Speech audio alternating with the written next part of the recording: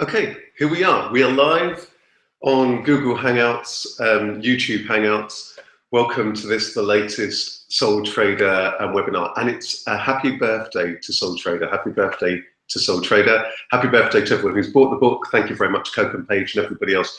This is a really exciting webinar. I'm really excited about it. Web talk, inspirational talk, call it what you like. The topic's an interesting one, isn't it? Material, emotional, spiritual. Why are we doing this particular workshop? This particular session. For me, when I wrote the book Soul Trader, I was really mindful that you get a number of different types of people who are running their own business or who are in a career or on this journey to be their own boss. You get the people who are very logical on the one hand. And they're often very organized, they are often very materially savvy, and they're very pragmatic and so on. And very often they're able to put the key things that they need to put in place in order to run their business, run their career and so on. But sometimes what can happen is that the life balance can sometimes not be there in place. Sometimes that they end up doing something that they don't feel passionate about, or that there's a kind of a compromise, or sometimes their heart isn't in it. You know, the logical bit is in there, but the heart bit, the spirit, the emotional bit isn't necessarily always fully nourished. Not always, but it's one, if you like, the one side, the way out on that side. On the other hand, what you've got is a person who's very creative. You often get healers, therapists, people are really passionate about doing something. And what happens in that, with many of these people is, of course, the passion is in the heart is in it, and they're doing something they really care about. But very often they struggle materially. They struggle financially. They'll often struggle because they feel as though, okay, maybe I shouldn't be making money, or they have a bit of an issue with business, which they perceive as something over here. And so that you often get this mismatch. So you get the very logical people whereby the spirit isn't, let's say, fully nourished or isn't fully allowed to flourish. And then you get the very, if you like, the intuitive, the creative, the spiritual, call it what you like, people over here. And very often the material things aren't really addressed. But we find ourselves, I guess, as many people put it, as spiritual beings in this human form. So how is it that you're able to balance the two? How is it that you're able to make sure, or all of these elements, how is it that you're able to make sure that you can materially survive, and that you can progress, and that you don't negate that material aspect of life? How is it that you're also able to feel emotionally that you're in a really good place? And how is it that you're able to feel spiritually as though you're really contributing and you're doing your life's work? And I find lots of people who wrestle with these things all the time. How is it that we can bring these things together? And we're living in an era where often you can see that, you know, people look around the world globally. If they look at kind of leaders, and if you look very often at many businesses, very often people feel there's not that alignment, that there isn't that alignment between the head and the heart, as I put it, between the head, the logical, the pragmatic, you know, needing to make a living, wanting to put certain things in place to run a sustainable business, career, whatever it is, but at the same time wanting to feel nourished, wanting to feel purposeful in the world. And that's what today's really exciting talk is about. That is the essence of the talk. Just a few housekeeping rules about today's session, just to give you a few pointers. The main body of this session is going to run between now and 8:15. We'll probably finish 8:15 or soon thereafter if we're getting lots of calls in. I'm also just pulling up here on the other side. I'm just going to pull up my, I'm going to pull up the Facebook page. So if you're watching this on the, via the soultrader.biz page, you'll see if you just scroll down that page, past where you can see the video, you can see it says to take part, you bookmark the page, and it says got a question. If you've got a question, you can post it on a Facebook page. So if you follow that, if you click that, all you need to do is like the Soul Trader page on Facebook, and if you've got a question, it will appear there on the right hand side, and I am looking there on that page, so I'm going to be glancing at that page. So if you've got a question, please do let me know your question, do fire away. I've got a feeling of a couple of people who I know who may well be tuning in. Please do get involved, please do tell us your questions. First of all, I just want to say a very, very huge thank you to everyone who's tuned into any of these webinars, any of these particular talks over the years. And I thank everybody who's supported this book, Soul Trader. I'm really, really deeply grateful for you having done that. Let's then get started. Material. Maybe we should start off with the material first, because we find ourselves in this material world. We find ourselves in form, isn't it? This physical flesh, and we're surrounded by things, you know. I've got the cameras and the lights and all of these kind of things here. We seem to, you know, there's a sofa here, there's a phone here. We live in this very material world of stuff, you know, objects. It's very, very, very difficult unless you are meditating in a cave, unless you don't engage with the world. If you're living completely in a very rural landscape, you know, on a deserted island, maybe then you don't have to engage much with the material world. But there's still the land. There's still the actual physical land that you need to engage with. So we need to be mindful about this material side of life. And if you've been on any kind of a journey of self-discovery, self-recovery, self-development, often it will take you to the side of beginning to ask yourself who it is that you are. And what can happen in that process sometimes is that you negate this physical form. But then you will find that there'll be times where you may have ill health, there may well be practical challenges, the rent will need to be paid, you find yourself in a job that you don't like, or you're wanting to get out of it, or there are real, actual practical problems, or the people in your life are unwell or going through real challenges. You know, unless you're going to be in a really deep, blissful, meditative state, then you're going to have to deal with these issues. You're going to have to deal with these challenges. So I think the first thing that I would say is, what are the things that are really most important to you? What are the things that are most dear to you?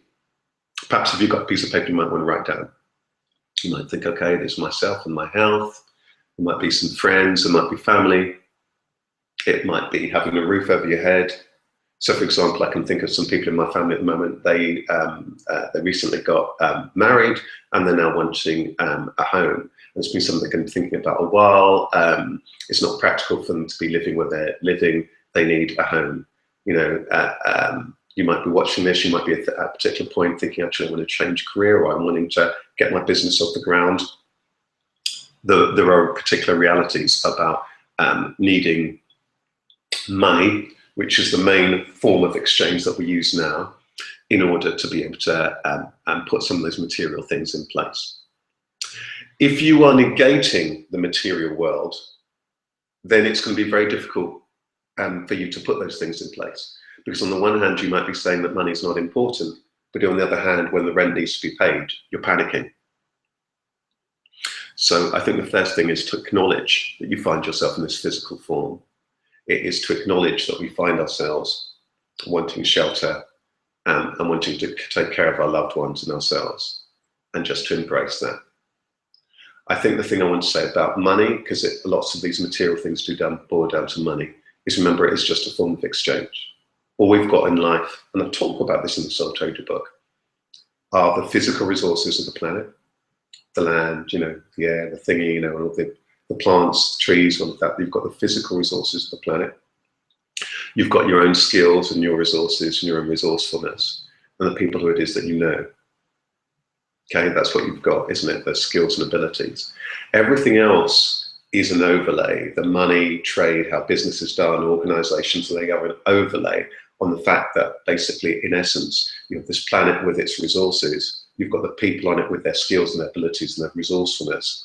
And through them exchanging their different gifts that they have, money or different forms of exchange were created as a way that those people could exchange their gifts.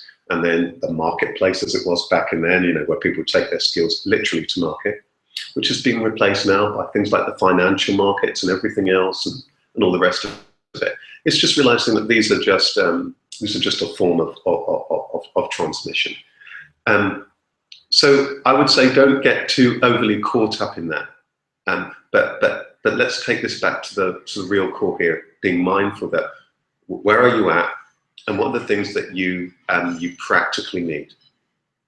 What are the things that you actually practically need? So if you're thinking about your career, if you're thinking about your business, how much money, first of all, is it that you need to make? How much is it need to pay the bills, the rent, the mortgage, to have food, and those essentials? First of all, how much is it you need to make? Note that, embrace that. Don't negate that, otherwise you're going to really struggle. I've been there in the past. I remember that if I look back to my past, when I think about the material bit, you know, first of all, I went from school to the workplace. I was lucky I was earning and so on. And then I was made redundant. I was lucky I got a lump sum, but I was a bit foolish with it. I flitted quite a lot of it away. But it was useful because I also used it as an opportunity for me to pursue my passion back then, which many of you know was singing and performing. And I was working part-time, using bits of my redundancy to support me materially during this particular period of time. I moved out of the home that I was in. I then shared a home in someone to downsize my costs and so on, so I could pursue the singing. And then there was an interesting voice that came into my head as I was pursuing the singing and pursuing some of my goals to follow my heart. I was then hearing myself saying that money's not important. When you say money is not important, it's a very, very strange thing to say. And I was actually saying it at a moment where I actually had it. But the danger with that as a mantra is then all of a sudden, because you're saying it's important, the currency, the fluidity of money, the flow of money can stop happening. And that's kind of what happened for me for a period of time, because I was negating it. I was saying it wasn't important. I never said that before, and it was kind of happening for me. So, so for a long time, there was a hangover of that. And it took me a very long time when I was in business, or a number of years, for me to begin to realize actually that all of the things that related to money, when I'd go out there and be a potential client, or I was invoicing, all these kind of things, you know, for a long time, I kind of was, you know, not sure about all of the financial aspects of it. And then suddenly I began to click onto this stuff and realize that money is just this exchange, and it's just, you know, you have your skills, I have mine. It's a way that we value, isn't it? Each other, our skills and our talents. And then all of a sudden things change. And now, for example, I really enjoy all of the bits to do in my business that have to do with money. And the reason why I do that is that it means that when I am sending, for example, an invoice, it means that I am acknowledging that my business is a successful business, and that is the value based on what it is that I do, that somebody's paying for that. So I'm very grateful for that somebody wants my service, and they're paying me for that service. And I'm very, very grateful that, for example, when I do the same thing the other way around, you know, you know, if I've got a bill to pay, I like to pay it straight away. So I think it's about having this very fluid relationship and appreciative relationship of money, to money and material things, of this material world that we find ourselves, to recognize and value it for what it is. It's just one dimension. And I think we're going to come back to this material dimension. So what I've been saying here is that we find ourselves here in a material world. It's important not to negate that material world, because otherwise some very, very, very serious things can happen. I can forget about my body. I can not take care of myself, and all of a sudden I find myself ill. So it's so important for us to be really grateful and to nourish this physical being that I have, and to be aware of, okay, how much money is that I first of all need to make, and then from that, how much is it I seek to make, and what is it that you actually need. Then this brings us on to the emotional. I want to talk a little bit about the emotional, and then I'm going to talk about the spiritual, and then I'm going to bring it together and perhaps pick up on some of the themes where it is that you're at. One of the things just to keep in mind as I move toward the to the emotional is, okay, what is it that you're doing for a living? I have this saying, it's one thing doing what you love for a living, and it's another thing doing what you love with love. So we find ourselves very much through this material world, through the living life, through an emotional realm, don't we? We have different emotions. When you're a baby, lots of the stuff is kind of happening fluidly. If you look at a baby, you know, the one minute they're crying, the next minute they're laughing, and so on. There hasn't been the attachment to this means that, You know, when I've got a full cup, it's good. When the cup is empty, it's a bad thing. You know, we haven't created all of these relationships to material things. So it's often our relationship to material things that makes us feel happy, sad, need, and all of that kind of stuff. So it's really important to be aware of the link between the physical, the material, and the emotional. Let's make this really, really simple for a moment. You know, that in life we tend to live life through our perceptions, which is you know, what we see, what we hear, and what we taste, and all of these kind of stuff. And over a period of time, our perceptions, we have our projections of how we want life to be, how we want our life to pan out, how we want our relationships to be, what should be. So we, you know, we move from where we're a baby, where we're pretty much just responding and we're very much in the moment, to then as we grow up, we have expectations. What's going to happen tomorrow? What's going to happen in my future? What's going to be happening in my career? You know, is the money going to arrive? Am I going to be able to pay my rent? We suddenly start developing all these emotional relationships to these things. Does this person love me? Does this person care about me? These things kind of develop. So the more your expectation, the more the room it is that you're going to live a life that is full of disappointment. I'm not saying not to have expectation, but can you see that there's a direct link between my expectations and my projections and my sense of whether it is that I'm content. This is why, you know, in very everyday terms, that people who take life as it comes and who live life in a place of gratitude tend to be in a far more at peace emotional space, because they're not expecting this or that to happen. Let's look at this in another way that happens all the time. I often comment to people about their relationship to the weather, you know. But when you're a child, first of all, whatever the weather's happening, the weather's happening, you respond to it. As an adult, you're having all these ideas. Oh no, it's cold today. It's too cold. It's too hot. It's this or it's that. And then suddenly you're developing an emotional relationship to the weather. So you will liken when it's rainy or if it's overcast to it's a gloomy day. So you're calling the day that happens to be grey and overcast, you're calling it gloomy, and then you're creating an emotional attachment to that day that you perceive to be gloomy, and therefore you're feeling disappointed and your expectations haven't been reached. You know, it's now summer, but why isn't it hot? It's now winter, but it's too cold, or what have you. And so then all of these things, all of these emotional things kind of build up, and you have this emotional build up about absolutely everything, about how your day is going, about how life is treating you, about how your partner or your lack of having a partner is treating you. You have this emotional viewpoint about how it is that you look and how it is you feel, which you didn't start off with. So it's really important to be mindful about this emotional realm. My first tip in terms of managing this whole space of emotions, and it is quite deep, is to start with a space of gratitude. There are a few things that will change your life overnight when it comes to emotions. The first thing is being really grateful for being here. Starting with what it is that you have rather than what it is that you perceive that you lack. If you look at children, very young children and babies, when they're very joyful and so on, because they haven't taught this thing about the lens of lack. I run lots of workshops and lots of talks.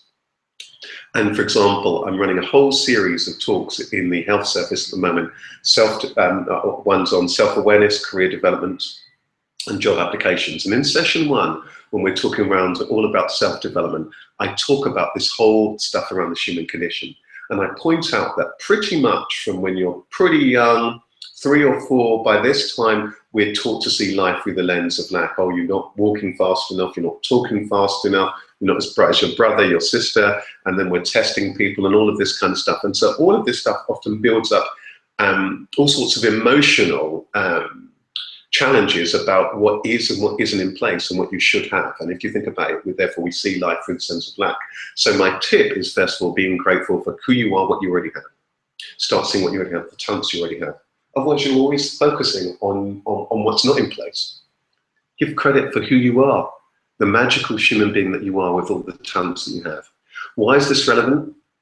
Because if you're wanting, for example, the confidence to change career, to go up a grade, to start your business or grow your business, you've got to know what your strengths and your qualities are. Otherwise, you're not going to see that, or you're going to be in this needy space.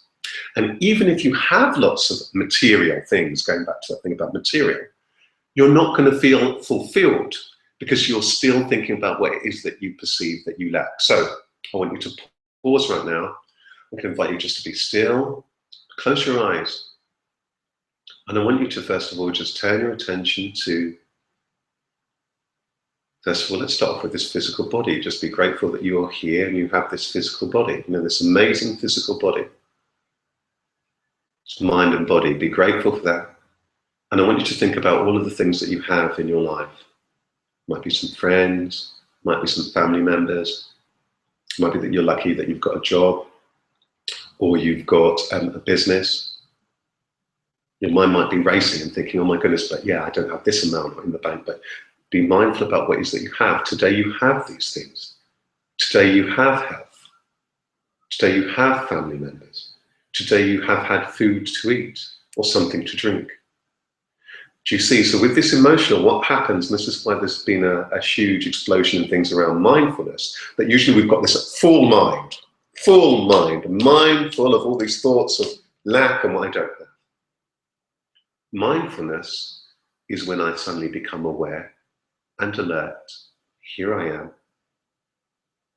And it usually comes with an appreciation, a gratitude. So first of all, as I say, being grateful for all the things that are here in your life, and your skills and your talents. And I want to talk about this word then, appreciation. This is very useful when it comes to this realm of the emotional. Appreciation means two things. Appreciate, first of all, means to notice, oh, here you are, your body, the friends, the family, the connections you have. It means that to notice, to see, to value. That's the first meaning. And then the second meaning is something that grows in value. It appreciates in value, in worth. So once you appreciate, once you notice, you value yourself, others, life itself, then you appreciate in value. As long as you're not appreciating yourself, others, or life itself, you're going to be in this space of conflict, emotional conflict. Emotional conflicts, you're never content. And by the way, too much content, stuff itself, can lead to discontent. So that's a little bit about the emotional. So my invitation to manage the emotional is that you need to be mindful about your own nature and the nature of how the mind can become busy over time. The best way to arrive at peace of mind, which is what you want, your mind wants peace of mind, is for the mind to be at peace. So that means you just need to be at peace with all the contents of your mind. The tip to do that is just to recognize, okay, I have all of these thoughts, expectations and projections, experiences, and that's how they are. Some things have happened, some things haven't happened. And just to accept. Acceptance is a very underappreciated word. It's not saying that you're being passive, it's just saying, okay, here's where I am. These are the things that are in place. I have these challenges personally and professionally. And suddenly you're present. And suddenly you're in this place of actual gratitude. If there's any questions you've got on the things that I've already talked about, please do post them on the Facebook page. When we just scan down the page that you're watching this, there's a link to the Facebook page, and I'm going to be glancing at that as we're going to go to questions soon. So I've talked a little bit about emotional. I talked about that thing about knowing your nature. My other tip here when it comes to nature is that nature can nurture. People talk about nature and nurture, but why don't you let nature nurture you? So spend time outside, spend time in silence. Wonderful contact of mine who works in the health service dropped me a line the other day, and she'd seen my newsletter, and she was talking about lots of these things actually. And she was talking about the importance of silence. My tip for you is to have quiet time, spend time in nature. You know, there's times when you're really stressed or you're upset or whatever, and you suddenly go for a walk. You go for a walk in the park or outside, you see the sky, and suddenly you're stiller, because otherwise you can be just confined in your mind. I often say, I have this saying, take a walk outside, it will serve you better than pacing around in your mind. Because then all of a sudden you realize your mind isn't the whole thing. Mind is just one aspect of life. And that leads us beautifully onto the spiritual. The spiritual. It would seem, wouldn't it, that life isn't just about this material form and doing things. And, you know, when you have emotions and emotional connections to friends, family, loved ones, partners, things that you do, you have the sense that there's something more than just this doing. And of course, you might see it through a humanist lens, you might see it through a scientific lens of purpose, you might see it through a mother nature type of lens, you might see it through a religious lens, call it what you like. And of course, the mind will have all sorts of ideas about that. But you have this sense, perhaps, of more purpose and more possibility. This is the heart connection, if you like. This sense of that there's something more. And my invitation to you, putting aside all of the ideas you have, is just to, for a moment, I want to just invite you to be still for a moment. I want to invite you to close your eyes. Let's experience this. I want to invite you to close your eyes for a moment.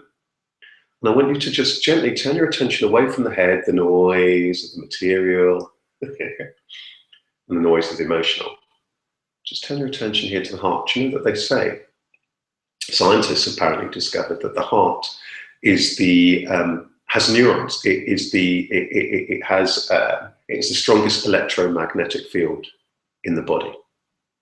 So when people say, what's your heart say, or what's your heart in it? There's so much about that. What's dear to your heart? I want to ask you that question. What are the things that are really dear to your heart? Again, you might say friends, family, this. What are the things that you're really passionate about in life?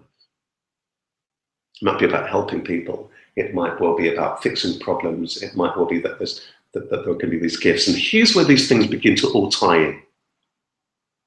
What is it that the things that you're passionate about? What are the things that you're good at? In my own case, I've always been good at communicating. I've always been good with people. Always. Very often, from when you find yourself in form, when a baby is born very early on, very often people will say that they spotted and found the talents early on. The person who was always, making things or breaking things or taking things apart, the person who was always writing or drawing, the person who was always very physical and so on. These skills, these attributes, parents will often say, guardians will often say, were there in that person very early on, very early on. So the chances are that your purpose is very much linked to what your passions are, and your purpose is likely to be very much linked to where your skills and your abilities are. Again, when I run lots of these workshops, one of the things I find is lots of people are unaware of their strengths or their skills, because they've been fed all of this nonsense about what they're not good at. So take that time, what the things you're good at, however subtle it is. I remember once, and I tell this story quite a lot, how in my very first job, I was asked to do a more senior job. I left school at 18, I hadn't gone to university, and there were other people who had gone to university. So I was asked to do this more senior job, and I wasn't sure I had the confidence to do it. And then I suddenly heard a voice, my own voice, saying, Rasheed, you've got people skills. If you've got people skills, you can do anything. What are your skills? Maybe you're good at fixing things, making things, or whatever. Maybe you're a great athlete. You don't necessarily need to be the best at this and that you can get other people in your team. An athlete might be good at running races, she's got other people to help do the other things.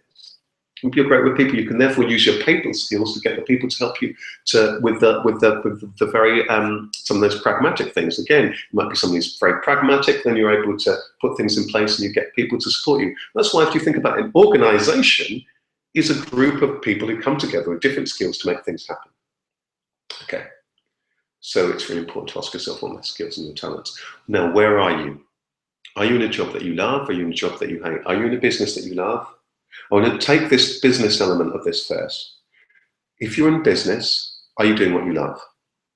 Is it your dream or is it somebody else's? If you're not quite loving it at the moment, there's a few things. First of all, I'd say, first of all, be grateful for the fact that you're here and you're sustained and that you have that independence. And then I want to ask you, what are the things that you're really passionate about? How could you begin to feed some of that into what you're doing? And is it a case that you're wanting to shift? Are there things that you could let go of that you're not as excited about and you can begin to do the things that you are? Or is it about bringing somebody else in to kind of support you in that. You've got to be honest with that. There's no point leaving a cage that you might feel the workplace is and then creating a cage of your own making. Sometimes there can be an idea, I can't make a living of doing what I love. That's not true. The question is, how can you make that a living at what you love? And if you're really passionate about it, there's that bit about engaging with people so that people became really drawn into what you're doing. So it might well be that you think it's not working for you, but because you're not connecting with their heart and you're not connecting with people at heart, there's a mismatch here emotionally, practically, and spiritually. If you're in the workplace, again, what are your skills? What are your talents? Do you want to, is in some way the work there serving you? Then for as long as you're there, have a good relationship to it. I remember that when I knew I wanted to move from being employed to being my own boss, what can happen is that the emotional stuff can build up and you can become a bit upset, you can become kind of angry, or you can kind of be resentful. But all of that energy is robbing you of energy that you need. So my invitation is to be mindful, okay, yes, I'm planning to move on, I'm not quite sure yet, or this is what I want to do. Once I've got the courage, once I've got the steps in place, then as and when, pragmatically, I'm going to move forward. So just acknowledge that. That means that you're not going to be caught up in this constant battling yourself, battling your boss, and so on. I've been there. It can rob so much energy of that energy you might need to plan. Do you know what it is that you're wanting to do? If you don't, then take a little bit of time. It's great you're still getting a paycheck in whilst you can work out what it is that you wanted to do. Chat to people who are doing what they love. Ask them how they did that, how they found their way. Do you need a mentor? There are a few different people that you need to help you. But whilst you're there, make sure that you're just grateful for the fact that you're being there, and so then you can use the rest of your energy to begin to think about where it is you need to be. Be mindful. This is where the logical bit can be useful materially. What are your circumstances? Do you have dependents? Do you have money saved? Can you do your own thing? Can you have a period of time whilst you're looking for that next job? Everyone's going to be different. When I moved from being employed to working part-time and then pursuing singing and music, I didn't have dependents. I didn't have that much outgoings. As I said, I'd scaled down, and that enabled me to make that particular transition. So be aware that this kind of thing is a transition. I'm going to pause there before I'm going to bring these things together, and I'm going to quickly take a look and see if we've got any messages coming through. Whilst we're at this particular point, and as I check those messages, I just want you to just gently reflect on some of the things that we've talked about. So first of all, we started off by talking about the material. We find ourselves in form in this body, being grateful for the body and being aware we find ourselves in this physical planet. Not fighting that physical planet, not fighting the physical body, not hating the fact that I'm here. Of course, you might acknowledge, okay, here are some of the things I want to tweak and change, but you need to be on board. Because for as long as you are physically here, you are going to be physically here and have to deal with the physical realm. Emotional, remember that all of your emotions are linked to your perceptions of things. Essentially, it's about your relationships to things. This is mine. Of course, you didn't start with any of that. And the more attached you are, the Buddhists will tell you this, the more I'm attached to anything, this cup, no, this is my cup, no, this is my seat, this is my phone. You can see, and suddenly I lose it. I'm all at sea. So just be aware of those attachments. I'm not telling you to let go of all of those things, but just be aware. Just be aware that that's exactly where all your unhappiness is based on. The other thing also, of course, where any unhappiness and emotional issues may well emerge from is just your narrative, the narrative that you hold on to based on any events that have happened. Let's take your entire life story. Your whole life story is a story. I say to people, is your life story the truth? Is it the whole truth? Is it nothing but the truth? It's true in that all of the chronological order of events happened. That's the truth. Is it the whole truth? No. Your perception on that and the story that you tell about that is based on your perception, your take on that, and your viewpoints on all of the things that happened. It's not the whole truth because other people, friends, family, siblings, that ex-partner, whoever the ex-boss, they all have a different take. And is it nothing but the truth? No, because there are all these different multiple perspectives. So once you become aware of that, you can be in a far more emotionally still kind of place. And you can begin to ask yourself how much content for you makes you content. Space, as we talked about, space and time in nature could be really nourishing, because it will just calm the mind, and you just become very grateful for all the things that you do have. So whilst you're reflecting on that, I'm just going to check if anyone's posted any messages. If you have got any messages, questions, or just themes that I've touched on that you're keen to talk about, then feel free to just post them on the Facebook page. I'm just reloading the Facebook page now, just to see if anyone's posted any questions. I know you're all kind of shy today. Maybe it is that you're just listening and you're just absorbing this kind of stuff. So how is it that you bring it together? How is it that you bring all these stuff together? So we talked about the material, we talked about the emotional, and we talked about the spiritual. The spiritual is a kind of bit intangible. I think there's one last thing we need to say about the spiritual before we can bring all of these things together. Whilst the mind is logical based on all of the things that you know, or you perceive that it is that you know, and by the way, just a very quick thought for you. One person thinks this, one person thinks that. Perhaps what is truth, this person thinks this is true, this person thinks that's true of life, the world, whatever. But perhaps the truth is that which lies before, beyond, between, and within everything that you think. What that does, it suddenly creates a space in the mind, stillness in the mind. Because remember, when you're asleep, the mind isn't racing, the logical mind isn't racing for the most part, but you're still here. Most of the time we see life purely through that lens of all of that, the intellectual narrative.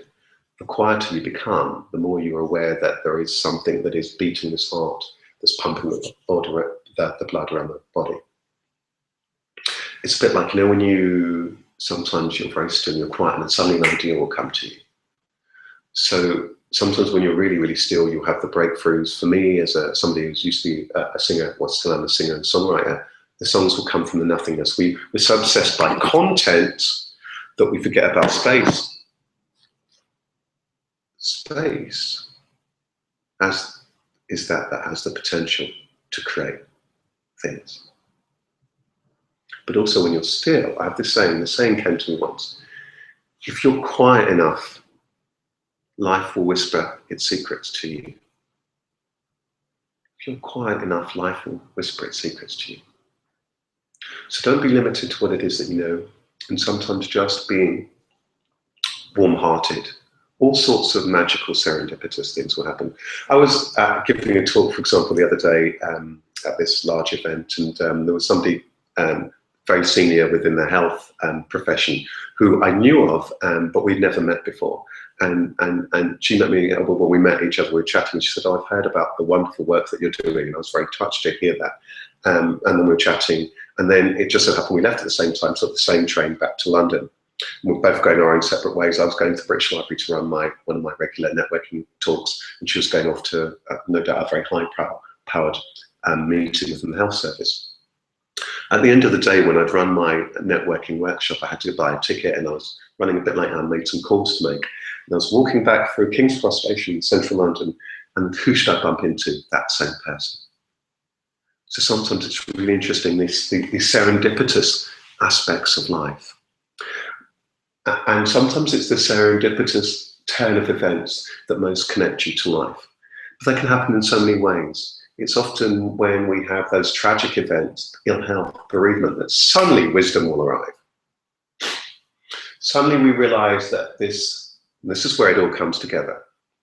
Sometimes in these times when there's been a separation, when there's been a breakup, when there's been a bereavement, when there's terminal illness, that suddenly we realize how precious life is. We realize that this material thing is precious.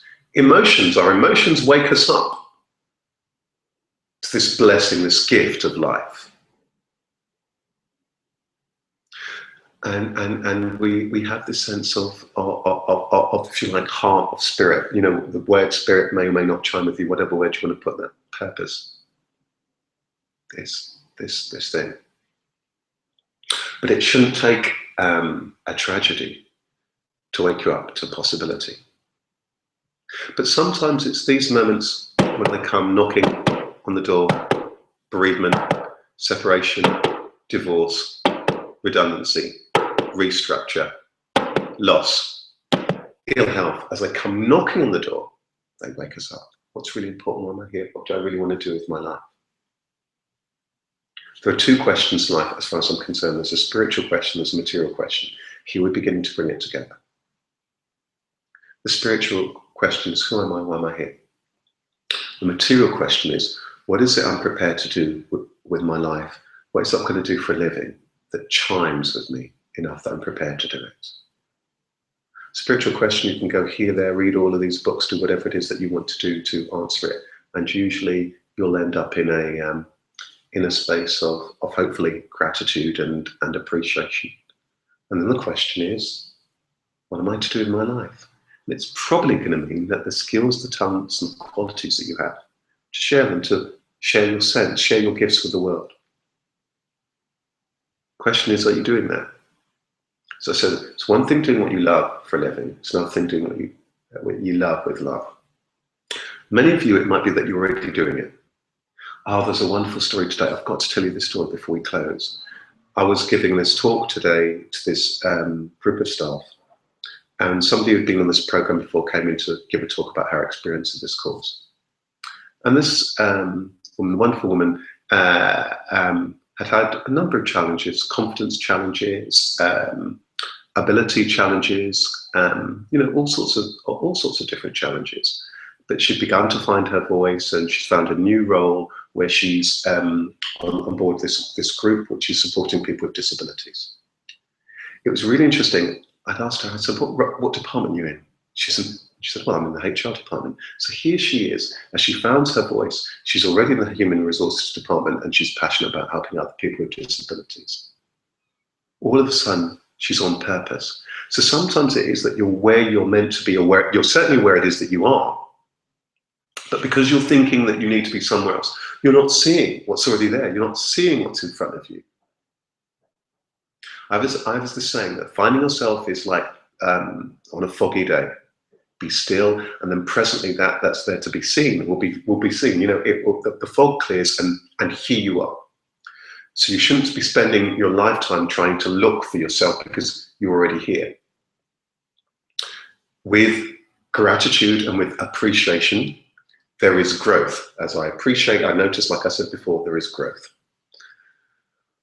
And if you're still, then suddenly you'll become aware of those talents and how it is that they need to be done. Your path may well be very different to the next person's. We're heading very much to the end now. I'm going to check if there's any kind of questions that you've got. And I think that if there are no questions, there's a couple of things I'm going to invite you to do that may well just help you bring all of this stuff together. It's very subtle, isn't it? Do you notice that? It's a very, very, very subtle thing. Success and fulfillment are two very different things. Success, I say to people, is something that we're constantly moving toward. Happiness, fulfillment is something that we're constantly moving away from, often in our pursuit of success. The moment that you stop searching, you'll start finding.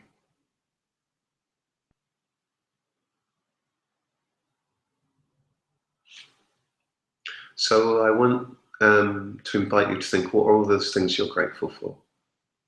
What are all the things that are in place? It's already in place. Because the danger in life is always this next book to read, there's this to do, there's that to do, there's this to do. There's always going to be a long list of things to do.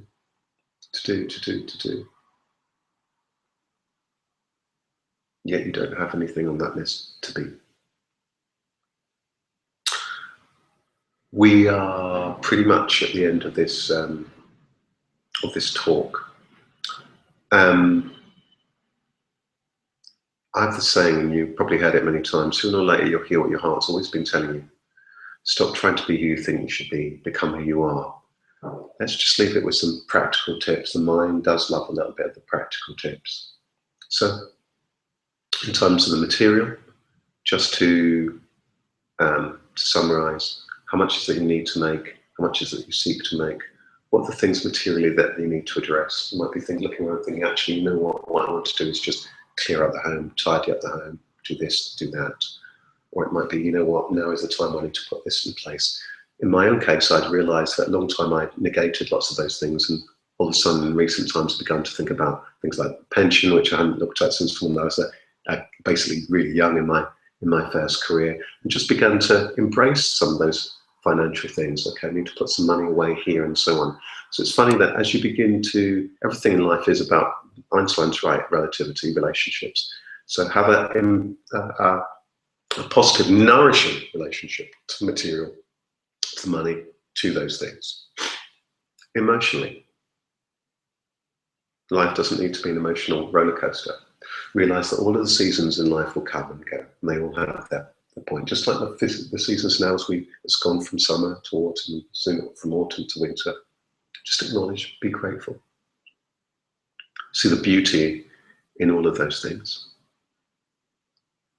That's going to mean that you're more in emotional balance, but you also can really, in your heart, value from all of those things. You can value from the times when you're reflective, and when you're sad, and when you're happy. You know, if there's a bit of anger as an energy, but then to let that be.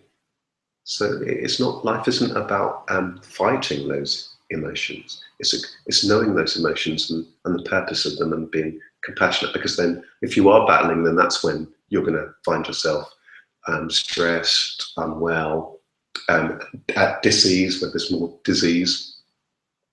So just be grateful and appreciative, and the times in silence will also help you emotionally. And then spiritually, again, from being silent, being still, but from being grateful. From life not being just about you, being able to look, open your eyes and see others too. That's going to kind of help you on that particular kind of a journey. Those of you who are running a business, I invite you to think, okay, and actually in your career, and anyone in your career, what are those talents you have? And wherever it is you are, how can you just day in and day out use those talents that will help you and to help others in their lives. That's it. Share your heart, share your gifts, and being grateful. Watch what happens as you do. I want to thank you so much for tuning into this talk. And I'm very, very, very grateful to all those people that I have met, and all those people that I've worked with, all those people who've read Soul Trader. I just want to say a huge thank you. I want to say a couple of special thank yous. I've already said it to the people who bought Soul Trader. I want to say a big thank you to Coke and Page, the publishers. I want to thank Liz Guster, who was behind bringing this to the world. I want to thank all those people who've dropped me lines, people who listen to the podcast, people who come along to my talks and watch these things. I'm deeply I'm really grateful, because when you're doing what you do, there's a nourishment that comes through from doing it, and that ties in with what we've talked about. So I just want to thank you so much, and I want to wish you all the best on your journey. There's more resources, soultrader.biz, www.soul-trader.biz, and there's all sorts of resources on that website. Google me, or if you're watching this on YouTube, lots of other stuff, and you'll see details of the Soul Trader workshop that I run quarterly at the British Library, and my Networking for Success event that I run regularly at the British Library. Or if you're elsewhere in the world, there's lots of resources here. So thank you, take care, have a lovely evening or morning or whenever you're watching this, and thank you so much for tuning in. I'm very, very grateful, and happy 4th birthday, Soul Trader. Take good care. Bye-bye.